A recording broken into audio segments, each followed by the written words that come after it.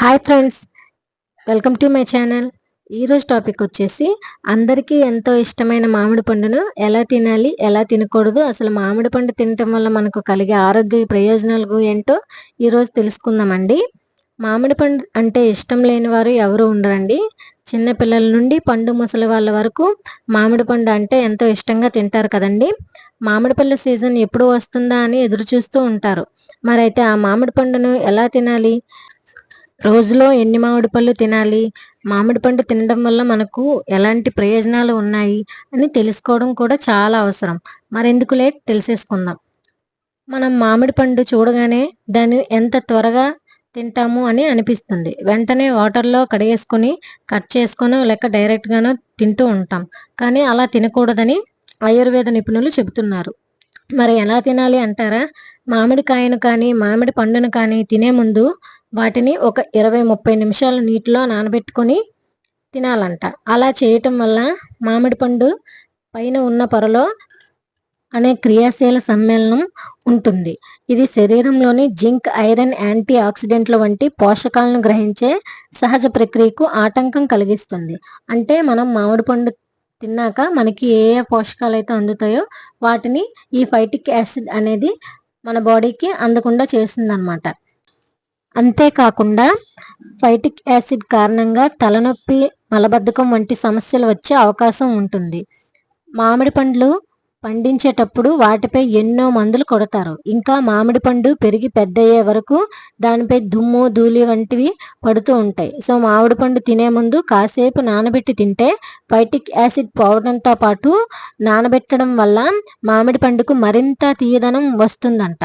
So మామిడి కాయలు కానీ మామిడి పండు కానీ తినేటప్పుడు కొంత టైం వాటర్లో నానబెట్టుకుని తినడం మంచిదని చెబుతున్నారు నిపుణులు. అయితే ఇప్పుడు మామిడి పండు తింటే మనకు కలిగే ప్రయోజనాలు ఏంటో చూద్దాం. మామిడి పండులో పోషకాలు పుష్కలంగా ఉంటాయి. అవి విటమిన్ ఏ, ఈ, B6, folate, iron, magnesium, fibre వంటి యాంటీ ఆక్సిడెంట్లు ఉంటాయి.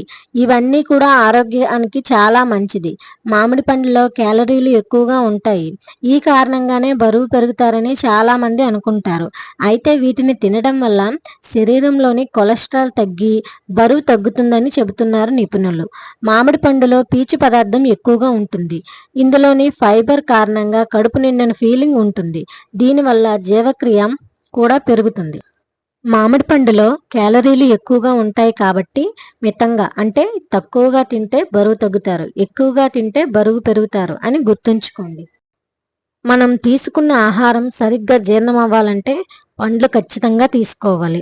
మామిడి పండులో పీచు పదార్థం ఎక్కువగా ఉంటుంది కాబట్టి ఇది జీర్ణశక్తిని మెరుగ్గా చేస్తుంది, అజీర్ణ సమస్యలను దూరం చేస్తుంది. అదేవిధంగా ఫైబర్స్ కార్బోహైడ్రేట్లను గ్రహించి శరీరానికి అవసరమైన శక్తిగా మారుతుంది. దీంతో జీవక్రియ పెరుగుతుంది. మామిడి పండులో క్యాలరీలు ఎక్కువగా ఉంటాయి కాబట్టి షుగర్ ఉన్నవారు వీటికి దూరంగా ఉండటం మంచిది. అయితే మామిడి పండుని పండుగానే తీసుకోవాలి. జ్యూస్ రూపంలో తీసుకుంటే ఎటువంటి ఉపయోగం ఉండదని అంటున్నారు నిపుణులు. అయితే ఇప్పుడు మామిడి పండు తిన్నాక తినకముందు ఏమేం తినకూడదో చూద్దామండి. మామిడి పండు తిన్నాక పెరుగు తినకూడదంట. అలా తింటే కడుపులో కార్బన్ డయాక్సైడ్ పరిమాణం పెరిగి కడుపు నొప్పికి దారితీస్తుందండి. ఇంకా మామిడి పళ్ళు తినే ముందు, తిన్న తర్వాత కానీ నిమ్మకాయ, నారింజ, కమల వంటి సిట్రస్ పండ్లు తీసుకోకూడదండి. అలా తింటే ఆరోగ్య సమస్యలు ఎదురవుతాయండి. ఇంకా మామిడి పండ్లు తిన్న తర్వాత, తినకముందు స్పైసీ ఫుడ్ తింటే ఎసిడిటీ, గుండెల్లో మంట, మలబద్ధకం, గ్యాస్ వంటి జీర్ణ సమస్యలు ఎదురవుతాయండి. ఇంకా మామిడి పండు తినకముందు, తిన్న తర్వాత వాటర్ తాగకూడదంట. అలా తాగితే అజీర్ణ సమస్యలు వస్తాయంట. ఇంకా అత్యంత ముఖ్యమైనది ఏంటంటే కూల్ డ్రింక్ మామిడి పండ్లు తిన్నాక తాగకూడదు. యాసిడ్ మరియు ఆర్గానిక్ యాసిడ్ కలిసి ఆరోగ్యానికి హాని కలిగించే విషాన్ని ఏర్పరుస్తాయంట. కాబట్టి మామిడి పండు తిన్నాక శీతల పానీయాలు తాగితే మన ప్రాణాలకే ముప్పు. ఇప్పుడు రోజుకి ఎన్ని మామిడి పండ్లు తినాలో చూద్దాం. రోజుకి 1-2 మామిడి పండ్లు మాత్రమే తినాలి. అంతకంటే ఎక్కువగా తినకూడదు.